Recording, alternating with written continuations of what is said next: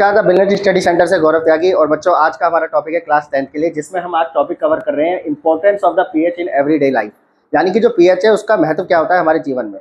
तो हम एक एक करके इस टॉपिक को लेकर चलेंगे। तो सबसे पहले जो आज हमने टॉपिक कवर करा है वो करा है हमने सॉइल जो होती है उसका पीएच कितना होना चाहिए, पेड़ पौधों के लिए पीएच कितना जरूरी होता है, और किस तरीके से जो पेड़ पौधे हैं वो एल्कलाइन में उगते हैं या बेस में उगते हैं या एसिड में उगते हैं। तो इस बात को हम यहाँ क्लियर करेंगे।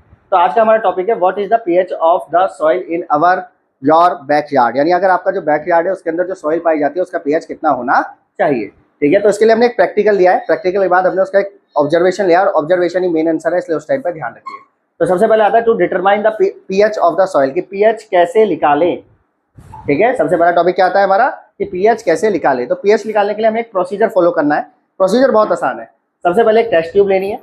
उस टेस्ट ट्यूब में आपको कुछ मिट्टी के टुकड़े लेने हैं, यानी सॉइल लेनी है। इस सॉइल में आपको पानी डालना है और इसे अच्छी तरह से मिक्स कर लेना है। जब आप इसे अच्छी तरह से मिक्स कर लेंगे तो आपके पास जो लिक्विड आएगा, अगर आप उसमें पीएच पेपर डालते हैं तो आपको ये देखना है कि पीएच पेपर पर उसकी वैल्यू क्या आ रही है। अगर उसकी वैल्यू 7 से कम आ रही है, ठीक है, 0 to 7 आ रही है, 0 to 7 यानी कि मिट्टी कैसी है आपकी, एसिडिक है। पर अगर आपकी वैल्यू 7 to 14 आ रही है, ठीक है, तो यानी कि आपकी मिट्टी कैसी है, एल्कलाई है, यानी कि बेस है। तो सबसे पहले आपको ये पता होना चाहिए कि पीएच कैसे देखेंगे सॉइल का। क्लियर हो गया कि सॉइल को वाटर में घोला, घोलने के बाद क्या करा, उसमें पीएच पेपर डाला, पीएच पेपर का कलर चेंज होगा।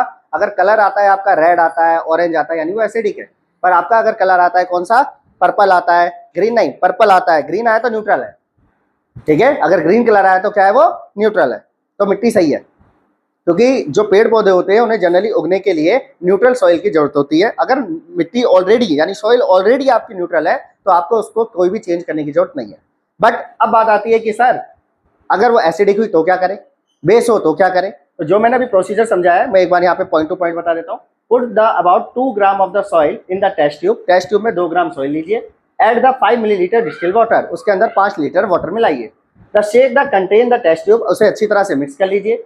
Filter the content of the collect in the filtration the test tube. ठीक है, तो जो कंटेन आया है उसे हमें क्या करना है, फिल्टर पेपर से फिल्टर भी करना है। तो इसमें क्या आएगा, खाली लिक्विड आ जाएगा। क्लियर, जब हमने इसे दूसरी टेस्ट ट्यूब में डाला तो हमने फिल्टर कर लिया, तो फिल्टर में क्या आ जाएगा, खाली लिक्विड आ जाएगा। And dip the universal indicator paper, तो जिसे हम क्या बोलते हैं, पीएच पेपर, ठीक है, in the filter and the remove. तो हमने ऑब्जर्वेशन क्या देखा, compare the colour of the indicator. सबसे पहले हमने उनका कलर देखा। तो कलर में मैंने क्या बताया, अगर आपका कलर होता है रेड, अगर ऑरेंज, तो अगर वो क्या हो जाएगा, आपका एसिड हो जाएगा। पर आपका कलर होता है पर्पल तो वो क्या हो जाता है, बेस हो जाता है।